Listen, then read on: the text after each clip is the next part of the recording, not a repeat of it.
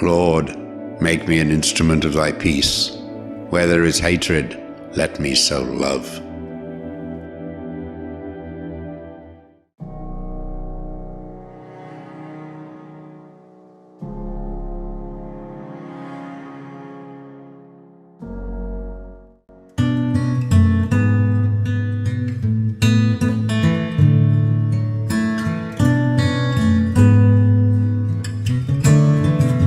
सफर जब कड़ी धूप में किया तो यकीन हुआ वो जिंदगी ही क्या जो छांव छांव चली।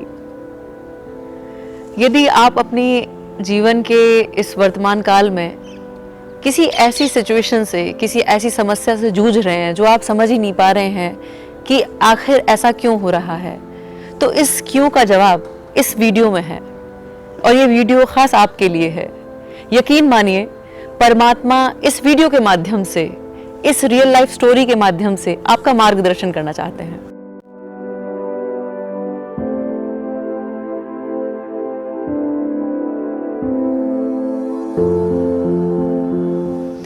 जब इस रियल लाइफ स्टोरी को मैंने पहली बार सुना तो पहली बार मुझे लगा कि वाकई जिंदगी की ये चुनौतियां, ये समस्याएं हमें बनाने आई हैं, मिटाने नहीं। ये कहानी है एक ऐसे व्यक्ति की जिसका जन्म एक संपन्न परिवार में हुआ, उसकी परवरिश शान और शौकत से हुई, उसका बचपन बहुत शान से गुजरा। शहर के नामी स्कूल में वो पढ़ा और वो हमेशा फर्स्ट आया करता। स्कूली पढ़ाई करने के बाद उसने अपनी पसंद के कॉलेज में दाखिला लिया और वहाँ उसकी एक बेहद खूबसूरत लड़की से मुलाकात हुई और उसे प्यार हो गया। प्यार जब परवान पे चढ़ा तो दोनों परिवार की सहमति से उन दोनों की शादी हो गई। अब बात अगर करें उसके करियर की, तो वो हमेशा से अपना बिजनेस करना चाहता था और उसने जी तोड़ मेहनत की और वो मुकाम हासिल किया जो वो पाना चाहता था। उन दोनों की शादीशुदा जिंदगी बहुत खुशनुमा थी और उसकी पत्नी ने 3 बड़े ही प्यारे बच्चों को जन्म दिया। अब वो व्यक्ति अपने जीवन के 40वें साल में था और 40 साल उसने बेहद आनंद में गुजारे थे। पर एक रोज बिजनेस में उसे एक बहुत बड़ा झटका लगा, एक ऐसा घाटा जिसे उस घाटे ने आसमान से जमीन पर ला गिरा दिया। उस व्यक्ति को 40 साल के इस खूबसूरत जीवन के दौरान पता ही नहीं था कि दुख किसे कहते हैं, समस्याएं क्या होती हैं।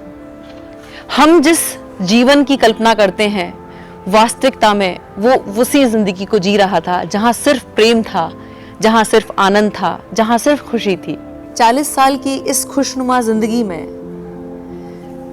दुख को कैसे हैंडल किया जाता है, चैलेंजेस को कैसे फेस किया जाता है, उसे पता ही नहीं था।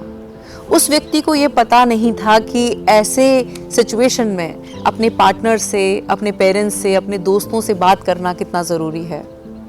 उसने इस बारे में अपनी पत्नी से कोई बात नहीं की और फिर एक वक्त वो आया जब वो स्ट्रेस ही नहीं ले पा रहा था और उसने ये डिसाइड किया कि इस तनाव भरे सिचुएशन को वो खुद हैंडल करेगा।